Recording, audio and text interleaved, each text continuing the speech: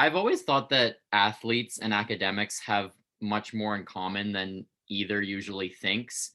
My brother Joseph and I have always been both incredibly similar and incredibly different at the same time. I've been planning my life around vet school since the age of 12, and Joseph's life has revolved around throwing sports, particularly shot put, since a similar age. So I convinced Joseph to join me on Zoom today. Hello, thanks for coming. Yeah, no problem. So, being Southeastern Conference indoor shot put champion in 2020 and setting the University of Tennessee shot put record, you've obviously put a huge amount of yourself into this sport. How does it feel to be moving away from this massive part of your life now that you've graduated? Yeah, it's a lot of different emotions, to be honest. Like there's a certain amount of nostalgia there, just because it's something that I've done for so long, and now I'm going to be changing gears in life and doing something different. It's a little bit sad. It's satisfying too, knowing that I've accomplished a lot of good things and a lot of the things that I wanted to do coming into this. So it's just a mix of a lot of different emotions. I mean, part of it's, to be honest, is relief too, because as a college athlete, especially in the conference I'm in, you kind of live with in a constant state of stress. And that's you just get to you learn to live with that, but it does take a toll on you. And now that I'm done, I kind of see what a burden that actually was on my life. And it wasn't all a bad thing, because for the most part of my career, I was able to rise to the occasion. And that stress was actually something that motivated me to find great things. But to let it go finally is a huge relief too. Mhm. So a lot of different emotions, I'd say. Yeah, that makes sense. And I think it's really easy for people like me who are academics. Um, or even like people outside of academics or athletics to think that academics are in their head and athletes are focused on their body. But given what you've said and also knowing you, like sharing a bunk bed with you for 15 years, I know that athletics and athletes have just as much like brain struggle as anybody else. So do you think your sport like left you with useful strategies for managing your thoughts and emotions? Yeah, absolutely. Just because if you're going to be good, you have no other option, because these, by definition, these competitions are very stressful, and they demand a lot out of you. And some people, when they find that challenge and they meet that stress, they'll just kind of back down and shy away from it and not be able to rise up to the challenge. But the good athletes, they have certain mental techniques that they developed, and everyone's a little bit different, but they've developed these strategies to where they can perform in spite of stress, or maybe stress even makes them a little bit better. And that's, for the majority of my career, I've been that way, and that I always compete better than I train. And that's just because I'm able to turn that stress into energy that I can actually utilize. So that's certainly a useful skill. I think just the idea of performing when it counts, like that's something that I can use in a lot of aspects of life. Yeah, absolutely. I mean, obviously, academics were still a part of your time at UT. Um, but for me, I know that my nerves, when it comes to testing, to interviews, writing, my nerves are always the enemy, or at least that's how I view them, because it seems that I always perform worse in academic pursuits if I'm nervous or stressed. But you're saying that you've used stress to help you. So do you think that's something that's just specific to um, physical sport, or is it something that you ever transferred to academics? Or yeah, what do you have to say about that? Yeah. I do think there would be a difference between making use of like stressful energy, I'll call it, in something athletic versus, like you're saying, like a test or an interview. Because I've noticed the same thing. Like in sports, it's always kind of come naturally that nervous energy helps me find a new level. But for exams or even interviews, I would say the same. Like it kind of just puts me off a little bit. And like in interviews, maybe you're a little nervous and like it'll make your voice shake a little bit, or you'll say something stupid by accident just because you're not thinking totally clearly. And the same in an exam. Like I found that same kind of energy that helps me in my sport. It kind of just turns my brain a little foggy and I can't really think how I normally would. But the one thing I will say is that leading up to a big interview or an exam, if I'm feeling stressed about it, I can turn that stress into motivation to prepare really well. And if I've prepared really well, it doesn't matter how nervous I am because it's just ingrained in my head, like either the material I need to know or what kind of answers I need to be giving these people to get the job or whatever it is. So I think it's more in the preparation than the execution when it comes to academic stuff. Yeah, that makes sense. Do you, but you mentioned like mastering your nerves to help you in sport. So would you say like the natural state was for nerves to be destructive even in your physical performances? Yeah, I'd say so. Yeah, I think in myself, certainly, like I earlier in my career, I wasn't always able to compete better than I trained. And even some athletes at the college level, they always train better than they compete.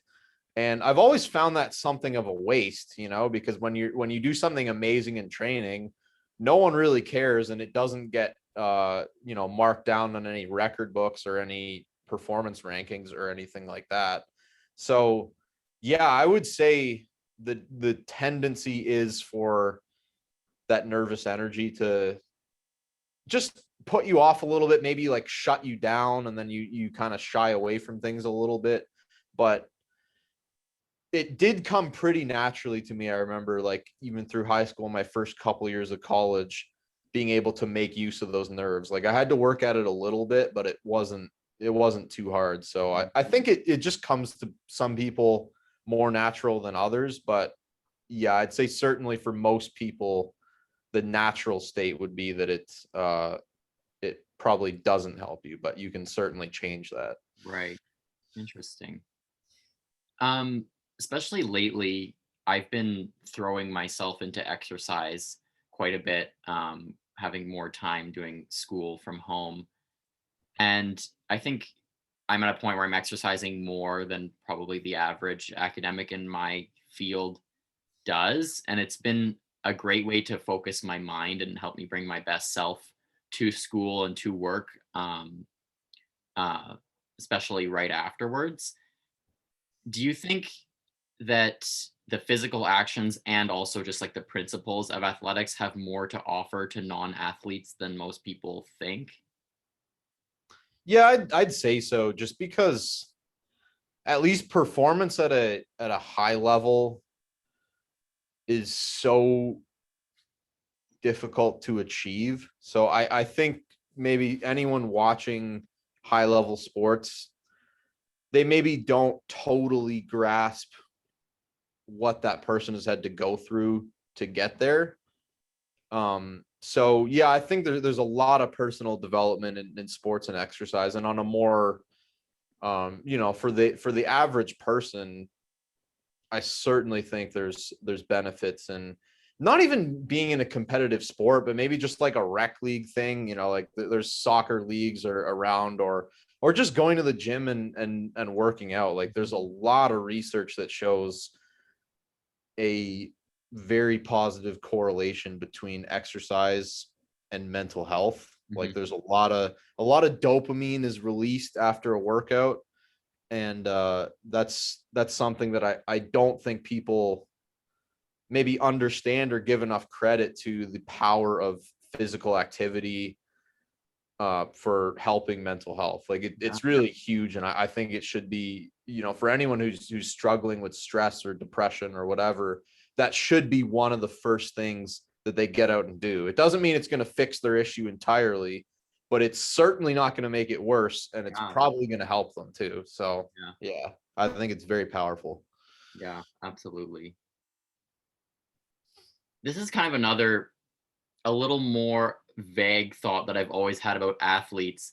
I I recently went through the entire The Crown series on Netflix, Mhm. And it's, for those people watching that don't know, it's kind of all about the British monarchy coming into the new age post World War II and basically like struggling to survive because they're this old institution. And I found myself thinking, yeah, like people did used to look up to their monarchies and like their rulers before kind of the world was swept mostly primarily by democratic governments. Um, and it's almost seems as though maybe musicians too, but athletes have a huge place of that, like looking up to somebody. Like, do you think athletes are kind of like a modern royalty in that sense? Yeah, that's an interesting point. I honestly I hadn't made that connection before, but yeah, I see what you're saying for sure. Like there's I do think that the average person desires to look up to something or somebody. Like that's just in our human nature, and it's probably the explanation for the various religions that we have now is just, people desire to look up to something. And for through history, monarchy was that kind of thing, and that's more or less died off now. But yeah, I think you could make that point that superstar athletes have kind of assumed that role, and that they're just a pinnacle figure that the average person can look up to. But that's an interesting connection. Yeah. Do you think that the possibility that athletes are that pinnacle figure for a lot of people, do you think that like brings more responsibility to athletics? Like, is it something that athletes often think about, that they're being looked up to? Yeah, probably not, or not as much as they should, because I think when you're an athlete at that level, there's not really much room in your headspace for like outside chatter or True. thinking about your fans or anything, because you're just so dialed in on what you're trying to do. You kind of lose sight of, or at least if you're doing it right, I think you should lose sight of kind of the outside noise Mhm. and just be locked in on your job. But with that said, like certain athletes have a such a big following, and they wield so much power that they probably should at least be aware of what they stand for and their values outside of the sport, and be careful with what they say, just because they do have so much power just in their following. But I would say, the good athletes, they're not really too concerned about anything outside their sport, or at least they keep that to themselves, like that's their personal life.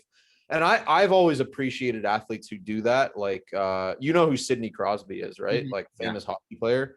So he's an interesting guy, because like superstar athlete, obviously, like a lot of people love him.